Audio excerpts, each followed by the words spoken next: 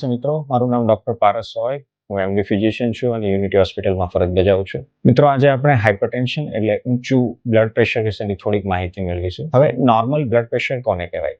Normally કોઈ બી વ્યક્તિનું ઉપરનું બ્લડ પ્રેશર, જેને આપણે સિસ્ટોલિક બ્લડ પ્રેશર કહીએ, એ જો 130 થી નીચે હોય અને નીચેનું બ્લડ પ્રેશર એટલે કે ડાયસ્ટોલિક બ્લડ પ્રેશર જો 80 થી નીચે હોય તો એ નોર્મલ બ્લડ પ્રેશર કહેવાય. પણ એ વધારે એટલે જ્યારે ઉપરનું બીપી સિસ્ટોલિક બીપી 140 થી વધે અને નીચેનું બીપી એટલે ડાયસ્ટોલિક 90 થી વધે તો એને ઊંચું બીપી કહેવાય. અને આટલું બ્લડ પ્રેશર જો 2 વખત મેઝરમેન્ટમાં આવે 24 કલાકના અંતરે તો આપણે બ્લડ પ્રેશરની બીમારી છે એવું કહી શકાય. પરંતુ કોઈ બી સમયે જો બ્લડ પ્રેશર 160 કરતા વધારે હોય ઉપરનું અને નીચેનું ડાયસ્ટોલિક બ્લડ પ્રેશર 110 થી વધારે હોય તો એ વધારે પડતું બ્લડ પ્રેશર છે અને તરત જ દવાની જરૂર છે. મિત્રો, બ્લડ પ્રેશર એ ખૂબ જ મહત્વની બીમારી છે અને જો એને કંટ્રોલ ના કરીએ તો ખૂબ જ મોટી અને ભયાનક બીમારીઓ એટલે કોમ્પ્લિકેશન્સ એ લાવે છે. જેમ કે મગજની નસ ફાટી જવી, જેના કારણે પેરાલિસિસ થાય, માણસને લકવો થાય અને આજીવન પથારીવશ થાય છે. લાંબા સમયનું બ્લડ પ્રેશર કિડનીને ખૂબ નુકસાન કરે છે. કિડની ફેલ્યોર થઈ શકે અને ડાયાલિસિસની જરૂર પડે છે. લાંબા ગાળે બ્લડ પ્રેશર હૃદયની નળીઓને નુકસાન કરે, હૃદયને નબળું પાડવું કે હૃદયરોગનો એટેક આવવો, આ બધી શક્યતાઓ રહે છે. આંખના પડદાને પણ નુકસાન થાય છે. આ બધી જ બીમારીઓ ખૂબ જ ગંભીર છે અને એની માટે બ્લડ પ્રેશર આપણે એને કંટ્રોલ કરીએ અને જાણીએ ખૂબ જરૂરી છે.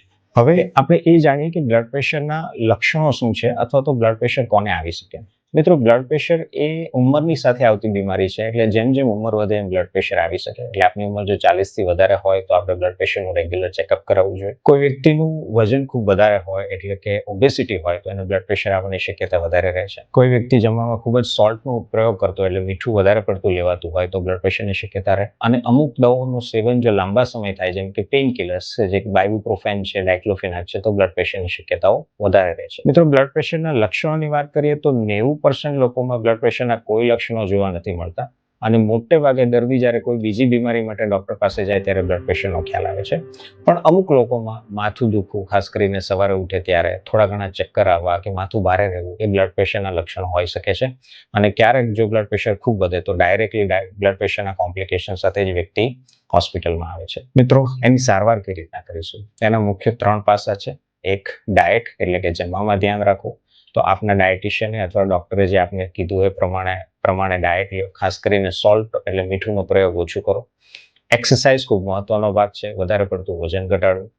એટલીસ્ટ 30 મિનિટની ડેઇલી એક્સરસાઇઝ કરવી, જેમાં આપ સિમ્પલ વોકિંગ છે, જોગિંગ છે, સાયકલિંગ કે સ્વિમિંગ આપની અનુકૂળતા પ્રમાણે કરી શકો છો. અને સૌથી મહત્વની વાત એ છે મેડિસિન્સ. મિત્રો, બ્લડ પ્રેશરની જે મેડિસિન્સ છે એ ખૂબ જ ઇફેક્ટિવ છે અને કોઈ પણ આડઅસર વગરની હોય છે. અને એકવાર એ ચાલુ કરે ડોક્ટર તો એને નિયમિત લેવી જોઈએ. જાતે દવાનો ડોઝ ફેરફાર કરો કે બંધ નહીં કરવી જોઈએ, કારણ કે જો બંધ કરશો તો અચાનક કોમ્પ્લિકેશન્સ આવી શકશે. મિત્રો, આપણા મોટાભાગના દર્દીઓને એવી એક પ્રશ્ન હોય છે કે બ્લડ પ્રેશરની દવા ક્યારે બંધ થાય? તો મોટાભાગે આ દવાઓ એકવાર ચાલુ કર્યા પછી વ્યક્તિને એની જરૂર પડતી હોય છે કંટ્રોલ કરવા માટે. પણ અમુક જૂજ કન્ડિશન્સ એવી છે કે જેમાં એકવાર બ્લડ પ્રેશરની દવા ચાલુ કરીએ તો એને બંધ કરી શકાય. જેમ કે કોઈ વ્યક્તિને એવી અનકન્ટ્રોલ્ડ બીમારી હોય, જેમ કે થાઇરોઇડ કંટ્રોલમાં નથી તો બ્લડ પ્રેશર વધે છે, જેને કંટ્રોલ કરવાથી બ્લડ પ્રેશર કંટ્રોલ આવી જાય અને દવા બંધ થાય. કોઈ વ્યક્તિનું વજન વધારે હોય અને એ ખૂબ વજન ઓછું કરે, એક્સરસાઇઝથી જમવામાં ધ્યાન રાખે, સોલ્ટ ઓછું કરે તો બ્લડ પ્રેશર જતું રહે છે અને દવા બંધ કરી શકાય એવું છે.